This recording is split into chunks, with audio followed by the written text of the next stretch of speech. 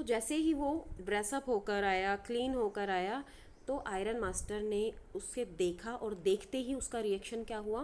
Anger. Puckered bro, he looked at him with puckered bro. Immediate उसका reaction हुआ कि he did not pleased but he got angry. What does this mean? He thundered, एकदम से वो दहाड़ा यानी कि गरजा कि वॉट डज दिस मीन, क्या मतलब है? The stranger made no attempt to dissimulate. Dissimulate means hide करना। तो स्ट्रेंजर ने कोई भी एफर्ट नहीं किया कुछ भी छिपाने का अब इस वक्त। He saw at once that the splendour had come to an end. Splendour means luxury, है ना, ग्रैंडर, लग्जरी, शानो शौकत अब एक एंड पे आ गया है। मतलब इन्होंने मुझे इतना अच्छा ट्रीटमेंट दिया, बड़ा अच्छा वीआईपी ट्रीटमेंट दिया है मुझे, लेकिन अब क्योंकि मेरा झूठ पता लग गया इनको, तो अब ये जो स्प्लेंडर है had come to an end. It is not my fault sir. उसने कहा कि इसमें मेरा कोई फॉल्ट नहीं है sir. He said, I never pretended to be anything but a poor trader. मैंने कभी भी कुछ बनने का बहाना नहीं किया क्योंकि मैं तो एक पुअर ट्रेडर हूँ। And I pleaded and begged to be allowed to stay in the forge. मैंने तो सिर्फ फोर्ज में सिर्फ स्टे करने के लिए बेग किया था और मैंने कुछ भी होने का दिखावा नहीं किया।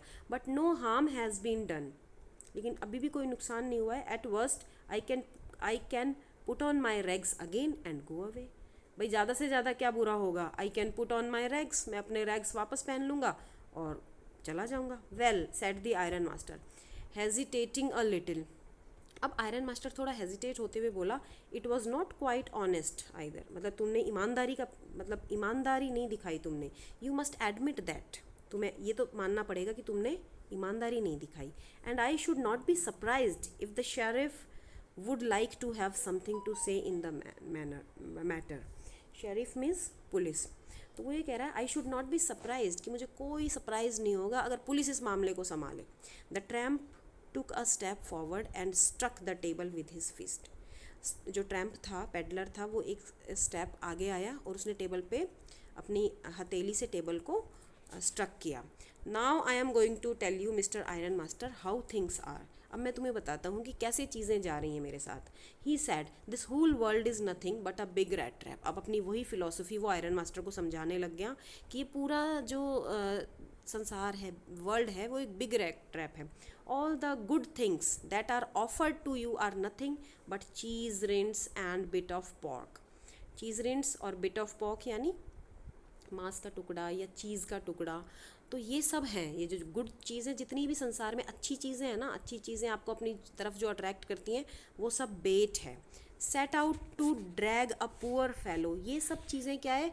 एक पुअर फेलो को, एक पुअर इंसान को ट्रबल में ड्रैग करने के लिए हैं, खींचने के लिए हैं, ट्रबल में ट्रैप करने के लिए हैं पुअर लोगों को ये सारी चीज़ें दिखावे।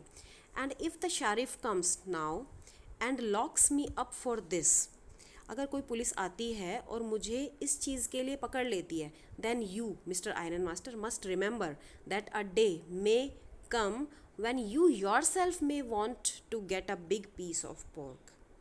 पोर्क का मतलब होता है एक मांस का टुकड़ा जो कि रैट ट्रैप में लगाया जाता है। And then you will get caught in the trap.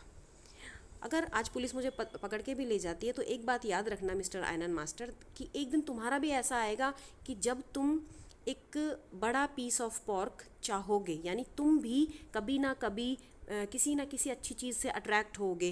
तुम भी कभी ना कभी किसी अच्छी चीज़ या मटेरियलिस्टिक थिंग या रिचेस, इन सब को पाने के लिए अट्रैक्ट होगे। And then you will get caught in the trap, और तब तुम भी ट्रैप में फंस जाओगे। The iron master began to laugh. Iron master हंसने लगा। That was not so badly said, मतलब कुछ गलत नहीं कहा तुमने my good fellow. Perhaps we should let the sheriff alone on Christmas Eve. चलो हम शेरिफ को छोड़ देते हैं क्रिसमस ईव पे, but now get out of here as fast as you can. लेकिन अब तुम यहाँ से जितनी जल्दी हो सके यहाँ से चले जाओ, क्योंकि क्रिसमस ईव है, इसीलिए हम शेरिफ को बुलाना रहने देते हैं, पुलिस को नहीं बुलाते। लेकिन तुम यहाँ से बिल्कुल चले जाओ। But just as the man was opening the door the daughter said. जैसे ही मैन डोर ओपन करने लगा जाने के लिए, तो डॉटर ने बोला, I think he ought to stay with us today. तो बेटी ने बोला, आयरन मास्टर ने तो ओपन किया डोर उसे भगाने के लिए, लेकिन बेटी ने बोला I think he ought to stay with us today, मुझे लगता है कि इसे यहाँ आज रुकना चाहिए। I don't want him to go, मैं उसे जाने नहीं देना चाहती। And with that she went and close the door, और फिर वो गई और उसने गेट बंद कर दिया। What in the world are you doing, क्या किस दुनिया में चल रही हो तुम, क्या कर रही हो, said the father.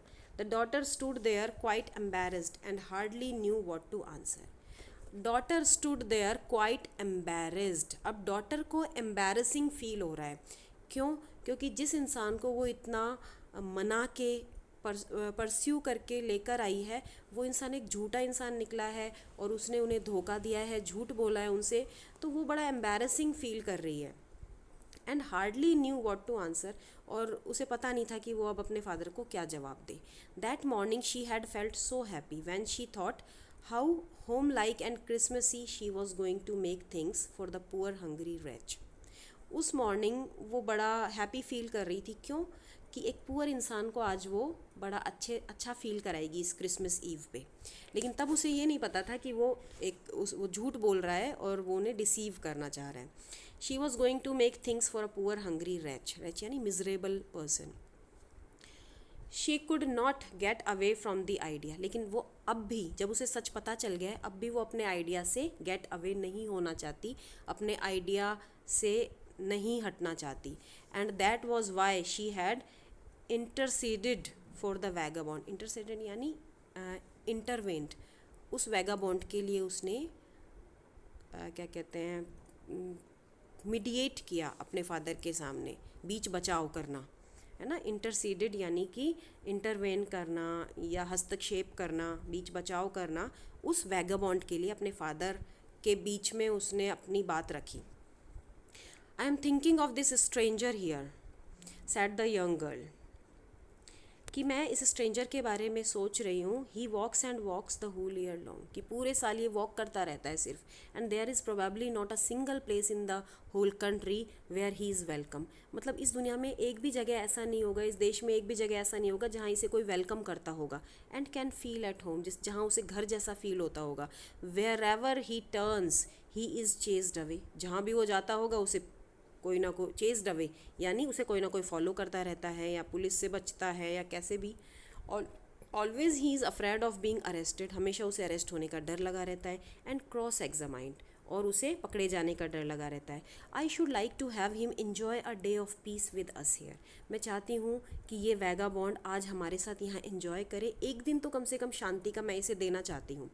Just one in the whole year, पूरे साल में एक दिन ये हमारे साथ इन्जॉय करे, घर जैसा फील करे और शांति महसूस करे। The iron master mumbled something in his beard, मतलब अपनी दाढ़ी के अंदर कुछ ना कुछ मम्बल किया, बड़बड़ाया। He could not bring himself to oppose her, मतलब वो अपने आप को अपनी बेटी का अपोज नहीं कर पाया, यानी अपने आप को उतना नहीं बना पाया कि अपनी बेटी का अपोज कर सके, क्योंकि उसकी बेटी ने एक बड़ी काइंडनेस वाली बात की थी। It was all a mistake of course, she continued, उसने कहा कि ऑफ कोर्स ये एक मिस्टेक थी हमारी, but anyway I don't think we ought to chase away a human being whom we have asked to come here, मतलब लेकिन मुझे नहीं लगता कि हम जिस इंसान को हम इनवाइट करके लाए हैं, बुलाया है, उसे हम भगा दें। And to whom we have promised Christmas cheer, और जिसे हम क्रिसमस डे की पार्टी का वादा करके लाए हैं और उसे हम चेज अवे कर दें, भगा दें, ऐसे अच्छा नहीं लगता। You do preach worse than a parson, parson यानी होता है चर्चमैन, प्रीस्ट। तो ये कह रहा है कि तुम इतना, मतलब तुम तो चर्चमैन को भी फेल करते हो प्रीचिंग करने में, उपदेश देने में, तो चर्चमैन को भी तुम फेल कर दो। Said the iron master, iron master ने बोला I only hope you won't have a regret this, तो इसने आयरन मास्टर ने बोला कि आई होप कि तुम्हें अपने इस काम के लिए कोई रिग्रीट ना फील हो।